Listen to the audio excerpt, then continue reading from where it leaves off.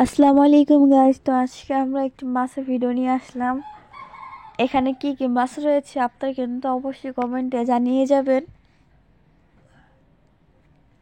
দেখেন এখানে এগুলো কিন্তু সব নদীর মাছ, পদ্মা নদীর মাছ।